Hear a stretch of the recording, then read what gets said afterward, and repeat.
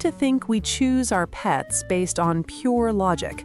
We get a dog to have a running partner, a fish because our apartment is too small for a cat, or a hamster because it's simple. But that's an illusion. We don't choose our pets based on logic. We choose them to fill a missing piece of ourselves. There's a concept in psychology called projective identification. It's the idea that we are drawn to things that hold a part of our psyche that we struggle to express. Your pet isn't just an animal living in your house.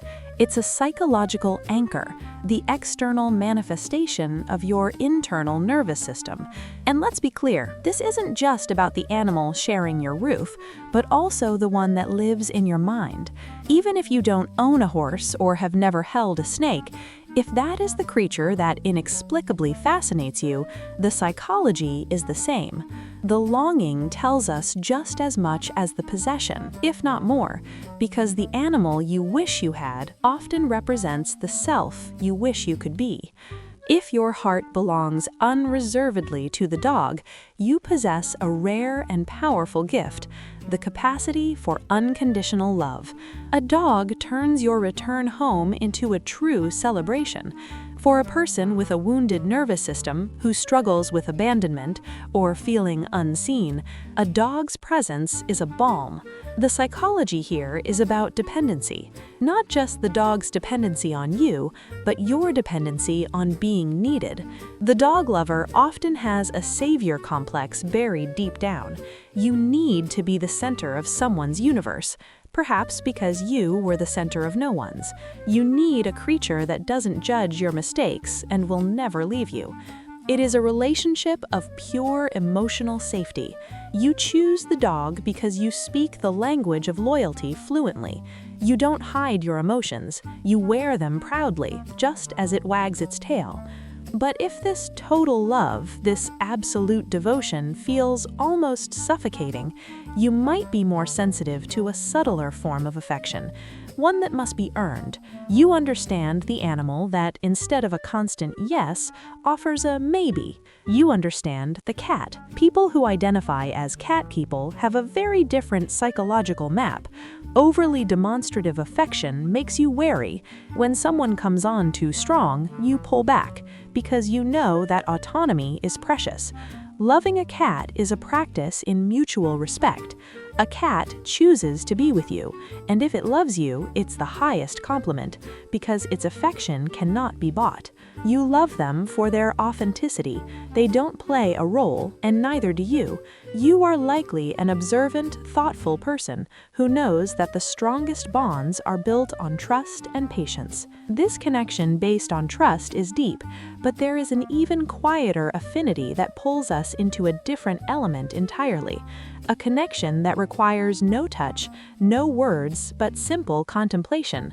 Welcome to the aquatic world of the fish. On the surface, the choice seems cold. You can't pet them, they don't know your name, but that distance is precisely the point. People drawn to aquariums are seeking a very specific kind of emotional regulation. If you are a fish person, your mind is likely creative and expansive.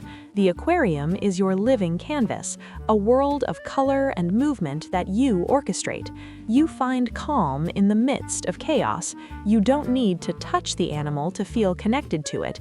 You possess a universal empathy that makes you appreciate life for what it is. You are the calm in the storm. From the calm of the water, let's move to the vulnerability of the earth. If your instinct pushes you not to observe, but to protect something soft and fearful, you understand the language of prey, and specifically that of the rabbit. These creatures are extremely sensitive. They feel everything. If you form a bond with a rabbit, your superpower is gentleness. You see a delicate creature, and your first reflex is to protect, not to dominate. Earning a rabbit's trust is an exercise in co-regulation. To calm it, you must calm yourself. You become the safe harbor you probably wished you had when you were younger. You prove to it and to yourself that it's possible to be small, fragile, and scared while still being safe. You whisper to the rabbit, "I won't let the world hurt you," which is really a way of telling your inner child, "I won't let the world hurt us." This tenderness for small creatures leads us to those often overlooked by society, rodents, whether they are hamsters, rats, mice, or chinchillas. Those who love them know a secret. Intelligence comes in all sizes. If you are a rat owner in particular, you aren't just looking for a pet, you're seeking wisdom. Rats are surprisingly intelligent, socially complex, and deeply affectionate. By loving them, you show that you value substance over appearance. You don't need a pet as a status symbol, you want a mind that engages with yours. For those who prefer hamsters or guinea pigs, it's often about caring for pure innocence.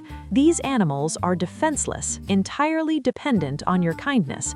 You want to build a soft world for something soft. From the gentleness of these small lives, let's rise to a much more impressive power, that of horses. The psychology of the horse person is a quest for courage and partnership. The horse is a prey animal, but a prey animal that can kill you. It is a mass of muscle driven by a flight instinct. You cannot lie to a horse. It hears your heartbeat from several feet away. If you are anxious, it will be too. Horse lovers seek a fusion with power, but also self-mastery. They are often perfectionists, ready to fall and get back up. Loving horses is tapping into your own desire to break down barriers. You have a wild spirit that refuses to be fenced in.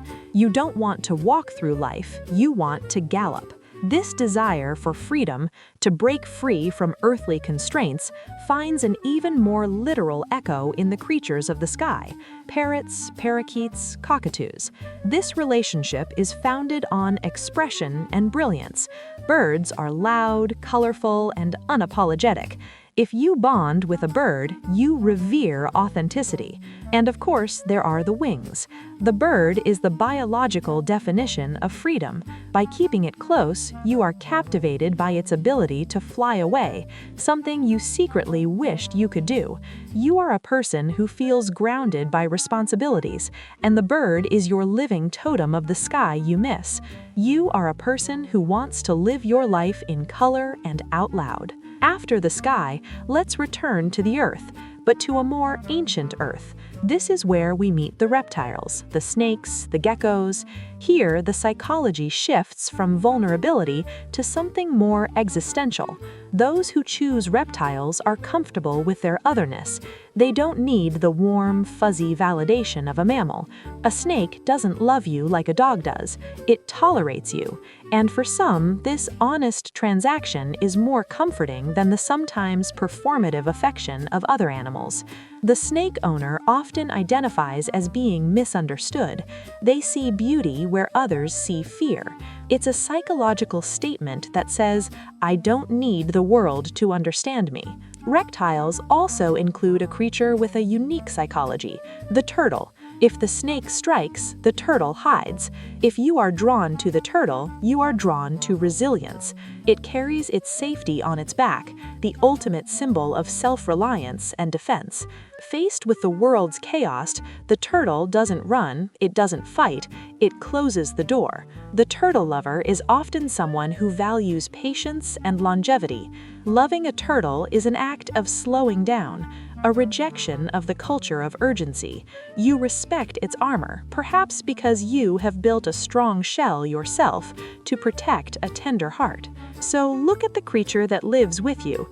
Look beyond its appearance. Is it a creature that hides, that runs, that watches in silence, that needs to be convinced the world isn't a threat? That isn't just its nature, it's a map of yours. We choose the pets that allow us to play the roles we can't show to other humans.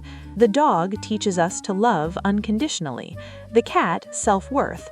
The fish, inner peace. The rabbit proves the strength of gentleness, kindness, the rat hid in intelligence, the horse helps us feel brave, the bird inspires freedom, and the turtle teaches us patience. If you've made it this far and something has resonated with you, show it with a like. It will help this video reach those who feel more at home with animals than with humans. And for more deep dives into the psychology of the things we love, subscribe. Remember, the world is loud and people are complicated. Finding your peace with a creature that doesn't speak is not a weakness. It's a sign that you are listening to a language older and deeper than words.